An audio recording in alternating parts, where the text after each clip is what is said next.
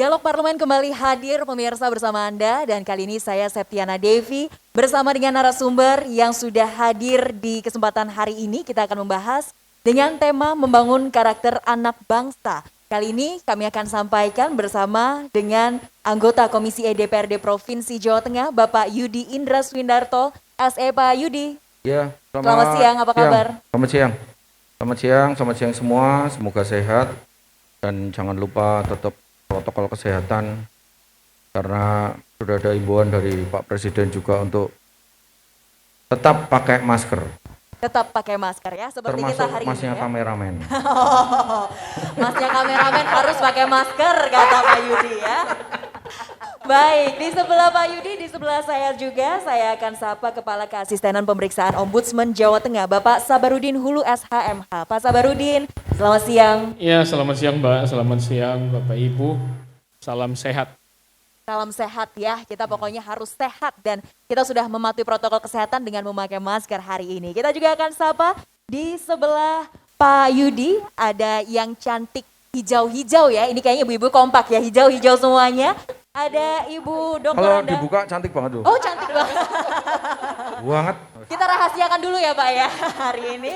Ada Ibu Dokter Anda Retno Sudewi APT MSIMM Kepala DP3 AKB Provinsi Jawa Tengah. Bu Dewi, selamat siang. Siang, Assalamualaikum warahmatullahi wabarakatuh. Waalaikumsalam. Salam sehat selalu. Warahmatullahi wabarakatuh. Selalu semangat kalau ketemu Bu Dewi ini ya, walaupun jam terbangnya tinggi sekali. Hari ini sudah terbang kemana-mana.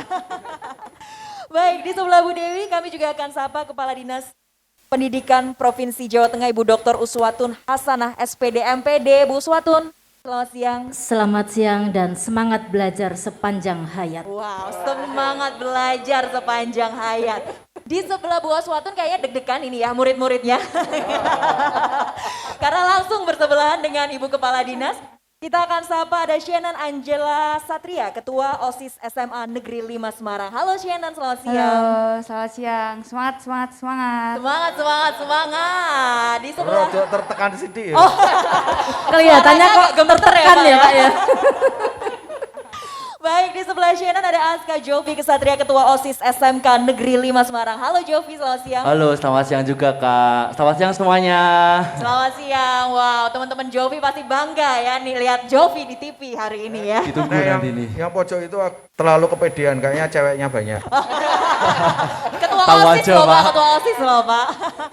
Oke, kita akan bahas tentang karakter anak bangsa. Karakter pada dasarnya memang bisa dibentuk dari faktor biologis dan juga faktor lingkungan ya. Bagaimana sebetulnya cara menciptakan anak-anak bangsa yang berkarakter. Kita akan ngobrol yang pertama dengan Pak Yudi. Pak Yudi sebagai anggota Komisi DPRD Provinsi Jawa Tengah yang membidangi bidang pendidikan juga. Bagaimana Bapak melihat anak-anak bangsa zaman sekarang ini Pak Yudi? Ya, jadi memang hari ini kita mendiskusikan tentang gimana ke depan anak-anak kita dan pastinya gimana ke depan bangsa Indonesia ya. Jadi hari ini kalau kita sadari, hari ini Indonesia itu Jawa Tengah pada khususnya selalu ada orang nyebut kita dapat bonus demografi. Hari ini generasi milenial kita, generasi Z kita jumlahnya cukup gede di atas 50%, bahkan anak orang-orang dengan usia produktif hari ini di Jawa Tengah juga jumlahnya cukup gede. Nah, tentunya ini kan akan jadi satu pertanyaan ya, apakah ini berkah atau musibah kan itu kan. Ini berkah atau musibah, makanya hari ini kita ambil temanya soal generasi muda ke depan. Karena apa? Hari ini pada saat semua resources yang kita punya bahwa anak muda kita, masyarakat produktif kita ini jumlahnya cukup banyak, kalau itu memang kita persiapkan, kita bekali, kita berikan banyak pengetahuan yang cukup untuk melanjutkan estafet kita ke depan, itu akan menjadi sangat berkah. Kebayang saja Indonesia ke depan 20 tahun ke depan Indonesia ini diisi oleh manusia-manusia dengan pendidikan tinggi, dengan ilmu pengetahuan tinggi, maka semua kehidupan berbangsa, bernegara di Indonesia ini praktis akan berubah. Secara ekonomi, secara politik ya, secara politik apalagi karena hari ini negara kita ini paling demokratis di seluruh dunia karena satu-satunya negara dengan one man, one vote Ya kan, kalau kita bicara Amerika hari ini dibilang negara demokratis, pemilihannya mereka masih pakai negara bagian. Jadi ibaratnya kalau disamakan di sini Jawa Tengah menang siapa, tapi kita ini one man one vote lah. Hari ini dengan one man one vote itu ya angka tingkat pendidikan kita kan masih relatif banyak yang cukup rendah, sehingga kesadaran politiknya juga rendah, sehingga hari ini banyak praktek-praktek kolusi dan kolutif itu terjadi. Money politik itu terjadi. Nah, tapi kalau tingkat pendidikannya tinggi pasti enggak, kesadarannya pasti akan lebih baik lah. Begitu juga di bidang yang lain ya, bidang ekonomi, teknologi, bahkan hari ini kalau kita bicara yang paling pesat adalah teknologi informasi dan komunikasi, pastinya itu akan sangat berharga untuk bangsa Indonesia. Jadi kebayang aja hari ini anak-anak di Amerika, ya, di Amerika ada satu tempat di Amerika itu banyak anak-anak muda yang akhirnya jadi anak-anak muda yang top karena teknologi informasi dan komunikasi kan gitu. Baik, ya kita ke Bu Dewi. Bu Dewi yang juga Kepala Dinas Pemberdayaan Perempuan dan juga Perlindungan Anak pasti juga mendapatkan banyak ini Bu laporan-laporan dari fenomena-fenomena yang tadi sudah disebutkan Pak Yudi. Kalau Ibu melihat karakter anak bangsa dari kacamata DP3AKB ini seperti apa Bu Dewi? Ya. Gini Mbak Septi, jadi kita kalau akan menciptakan karakter anak yang baik, kemudian bibit yang unggul, kita mulai dulu dari awal. Karena di dinas kami itu kan sebenarnya pemberdayaan perempuan, perlindungan anak, pengendalian penduduk dan keluarga berencana. Ya. Juga percepatan move on. Tambahin sendiri. Nah, kita mulai dulu supaya anak-anak itu menciptakan nanti keluarga menciptakan generasi yang unggul. Perkawinan awal itu jangan perkawinan anak. Kita yang tadi Pak Yudi sebut, kita punya program untuk pencegahan perkawinan anak yaitu Jo Kawin Bocah, ya. Dari situlah kalau anak-anak itu menikah pada usia yang di bawah 19 tahun, undang-undang perkawinan yang terbaru yang amandemen kan laki-laki perempuan sama, harus di atas 19 tahun. Rungoknya ya. Ya, dengerin ya.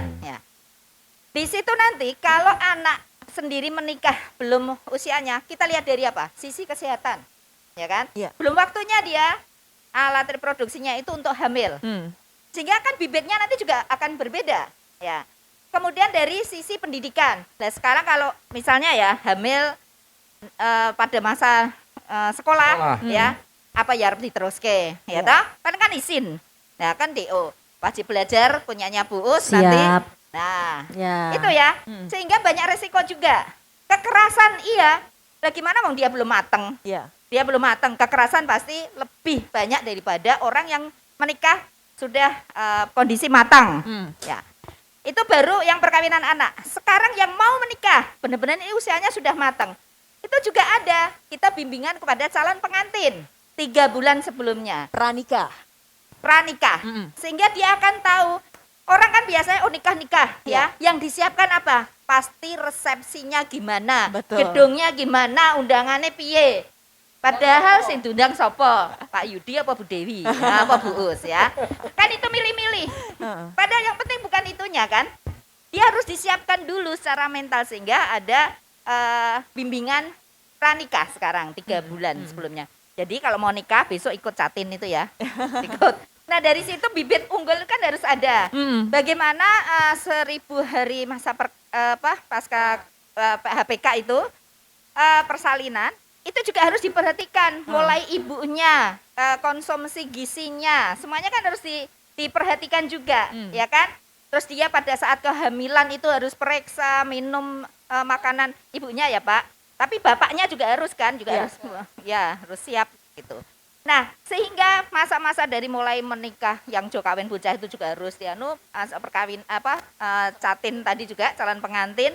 Sehingga program di Jawa Tengah ini saling berkesinambungan ya. Ada wajib belajar, Jo Kawin Bocah, Jateng Gayeng, Inceng Wong Meteng ya. Itu kan juga semuanya program-program itu untuk apa? Semuanya diciptakan supaya anak-anak di Jawa Tengah itu punya karakter yang optimal atau bagus. Baik, jadi sudah banyak sekali program-programnya untuk menciptakan anak yang Dan berkarakter itu dukungan bagus. dari DPRD Provinsi Jawa Komisi. Tengah ya. Ya. Baik, nanti Dan kita akan pengawasan dari ombudsman. Oh, tentunya. baik, luar biasa. Kita kan harus diawasi. Karena laporannya dari ombudsman Iya. tadi ya. Cuman Iya, iya. gini, cuman kayaknya ya kalau dari kacamata ombudsman, nanti pertanyaan dari beliau udah bisa tak tebak. Dari Apa itu, semua Pak? program itu, yang sudah tercapai berapa persen, nah itu mati. Nah. Gitu.